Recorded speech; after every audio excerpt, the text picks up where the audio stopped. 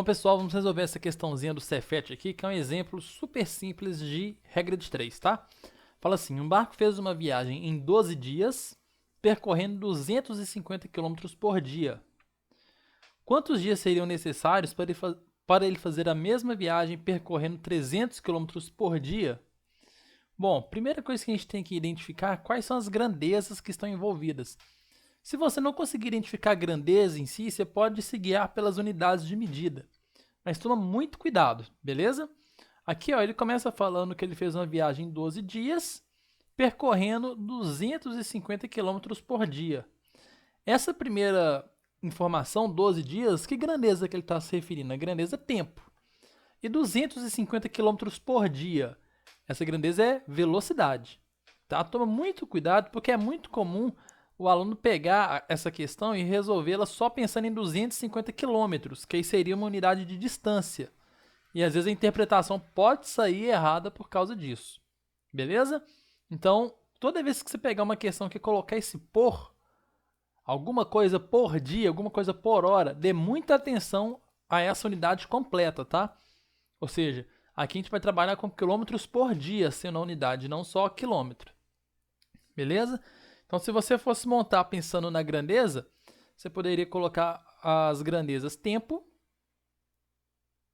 que está sendo dada em dias, e a outra grandeza é velocidade, que é a unidade de medida para esse exercício aqui está quilômetros por dia.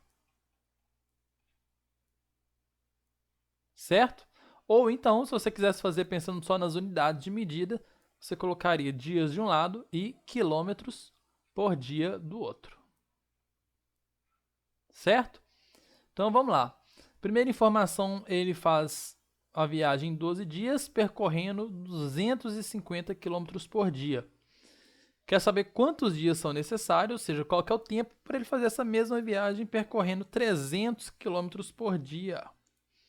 Certo? E o que a gente percebe? Tempo e velocidade. Essas grandezas são diretamente ou inversamente proporcionais. Vamos pensar um pouco. Se eu dobrar a minha velocidade, o que acontece com o meu tempo? Ele vai ser dobrado também? Pensa. Não, né? Se eu dobrar a minha velocidade, meu tempo ele fica reduzido à metade. Se eu triplicar a minha velocidade, o meu tempo fica reduzido à terça parte. Então, essas grandezas elas são inversamente proporcionais, certo? Quando uma aumenta, a outra diminui na mesma proporção.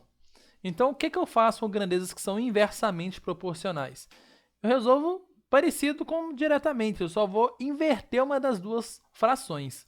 Uma das duas, tá? Você não inverte as duas, porque senão não adianta nada.